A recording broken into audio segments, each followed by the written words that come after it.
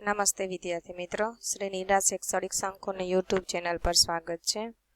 આજે આપણે ભણીશું ધોરણ 8 હિન્દી, બરાબર। એમાંનું રિવિઝન 1।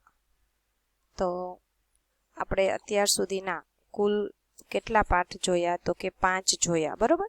પત્ર એવं डायरी, પછી कच्छ की शेर, मत बांटो इंसान को, कर्मयोगी लालबहादुर शास्त्री और दोहे। तो एનું 5 पाठનું અહીંયા આપણને કંઈક પુનરાવર્તન આપ્યું છે, તો જોઈ લઈએ। પ્રશ્ન નંબર 1 છે, अपने मित्र को निबंध लेखन प्रतियोगिता में प्रथम आने पर बधाई पत्र लखवानो छे। मित्र पत्र અહીંયા તમારે એક લખવાનો છે, બરાબર।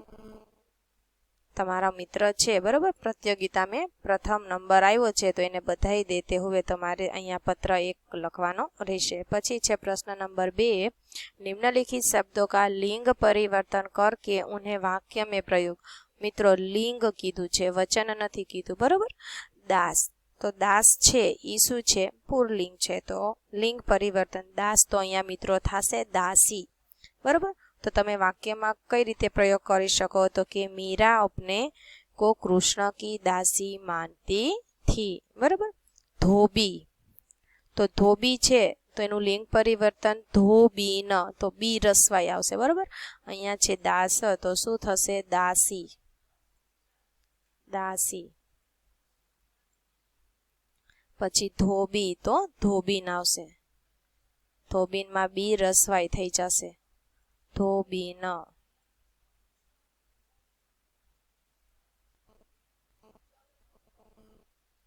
પછી વાક્યમાં કઈ રીતે? તો કે धोबीन कपड़े इस्त्री करने के लिए ले गए, बराबर। धोबीन है वो कपड़े इस्त्री करने के लिए ले गए। स्वामी तो स्वामीनी, स्वामी तो स्वामीनी।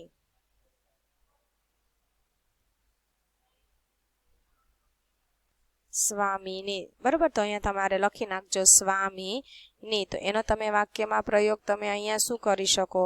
તો કે ઉસે સ્વામીની હોને કા ગર્વ નહીં હે। પછી છે વિદ્વાન, તો વિદ્વાનનું લિંગ પરિવર્તન શું થાય? તો કે વિદુષી। યાદ રાખજો મિત્રો, વિદ્વાનનું વિદુષી। તો વાક્યમાં તમે પ્રયોગ કરી શકો કે સરોજિની નાયડુ એક વિદુષી મહિલા થી। વિદ્વાન તો વિદુષી। બાબુ તો બબુ આઈન, બરાબર, બબુ આઈન। તો એનો વાક્યમાં તમે પ્રયોગ કરવો હોય તો કે બબુ આઈન બિના બુલાએ આ ગઈ। બાબુ તો બબુ આઈન।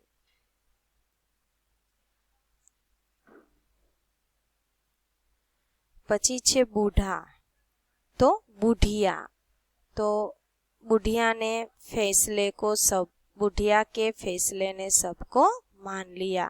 शेर तो शेरनी, शेरनी अपने बच्चों के साथ खेल रही है, बराबर। पंडित तो पंडिताइन, पंडिताइन ने प्रश्नों के सही उत्तर दिए, बराबर। भैंस तो भैंसा, એનું લિંગ પરિવર્તન શું થાય? ભેંસ તો ભેંસા। તો એનું તમારે વાક્ય જો બનાવવું હોય તો તમે કહી શકો કે ભેંસા હલ જોતલ મેં કામ આતા હે, હલ જોતને મેં, બરાબર। ભેંસ છે એ હળ જોતવામાં કામ આવે છે।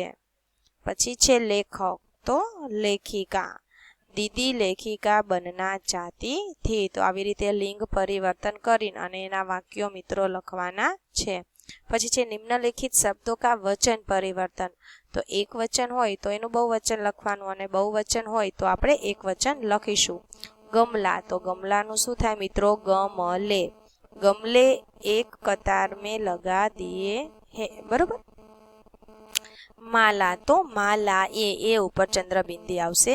એનું વાક્ય જો તમારે બનાવવું હોય, બરોબર, તો માલા એ માલાએ बहुत अच्छी है। પછી છે કહાની, તો કહાનિયા, બરોબર। કહાનિયા, કહાની તો કહાનિયા। अपने दिलचस्प कहानियाँ सुनाई, दादी हमें कहानियाँ सुनाती है। ये भी वाक्य आप लिख सकते हैं। तिथि तो तिथिया, बराबर।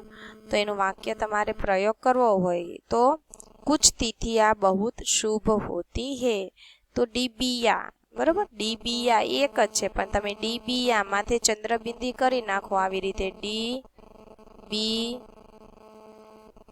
तो ये बहुवचन थई जाय, डिबिया। तो वाक्य में तमारे प्रयोग करो कि ए डिबिया खाली है चूडी तो चूडिया बराबर। तो अहींया तमे शुं लखशो चूडिया चूडिया।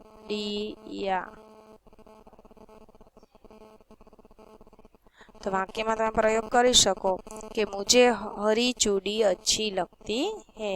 सहेली तो सहेली नु तमे करी सको सहेलिया। दीदी ने अपने जन्मदिन पर सहेलियों को बुलाया। पछी छे सेना। सेना नु तमारे थाशे वचन परिवर्तन सेनाए बराबर। तमारे वाक्य बनाववुं होय तो दोनों ओर की सेनाएं युद्ध के लिए तैयार है ये भी वाक्य तमे बनावी शको। चीज तो एनु तमारू थाशे वचन परिवर्तन चीजे बराबर।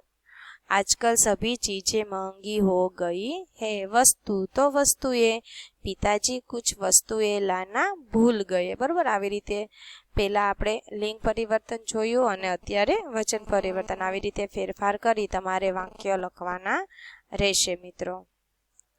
પછી છે निम्नलिखित इकाइयों को पढ़कर उनमें से आपको जीवन में उतारने जैसी कौन कौन सी बातें अच्छी लगी उनकी सूची तैयार कीजिए।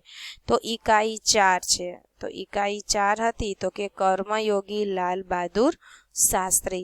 तो एमांथी आपने શું શીખવા મળ્યું બરોબર। कौन कौन सी बातें अच्छी लगी आपने कई बात गमी तो જોઈ લઈએ। આમાં તમે લખી શકો કે कर्मयोगी लाल बहादुर शास्त्री तो कि भाग्य के बजाय अपने चिंतन और कर्म पर विश्वास रखना बराबर।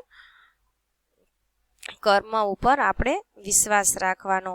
बिना फल की आशा के कर्म करना। तमे कोई भी कार्य करो तो बिना फल की आशा के बिना ही कर्म करना ये बात हमें अच्छी लगी बराबर। अपने उद्देश्य के प्रति दृढ़ आस्था रखना बराबर ये बात भी अच्छी है। उस उद्देश्य को प्राप्त करने के लिए कर्म करना तथा उस कर्म के प्रति संपूर्ण समर्पण भाव होना ये बात अच्छी लगी है। पछी विनम्रता सादगी और सरलता जो कर्मयोगी लाल बहादुर शास्त्री में हमें दिखाई देते थे गुण ये भी हमें अच्छे लगते हैं। आत्मसंयम बराबर। अधिकारों की अपेक्षा कर्तव्य पर अधिक ध्यान देना। हमारा कर्तव्य कौन सा है उस पर ध्यान देना ये बात हमें अच्छी लगी।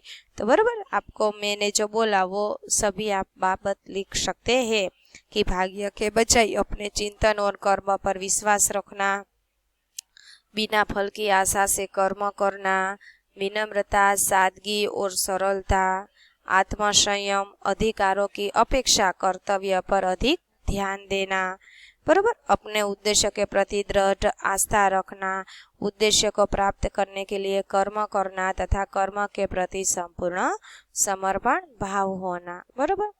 उसके बाद है इकाई 3 मत बांटो इंसान को। इकाई 3 में हमें कौन कौन सी बाबत अच्छी लगी है बराबर उनकी सूची तैयार करनी है। तो हम लिख सकते हैं कि सभी मनुष्यों में समानता की भावना और एकता की भावना, मिलजुल कर रहना बराबर। किसी का बंटवारा नहीं करना, मिलजुल कर रहना ये बाबत हमें अच्छी लगती है। समानता की भावना, एकता की भावना, मिलजुल कर रहना। कुछ राष्ट्रीय नेताओं के जीवन और कार्यों के बारे में जानकारी प्राप्त करने के लिए पुस्तकालय का उपयोग करके हस्तलिखित अंक तैयार करना है आपको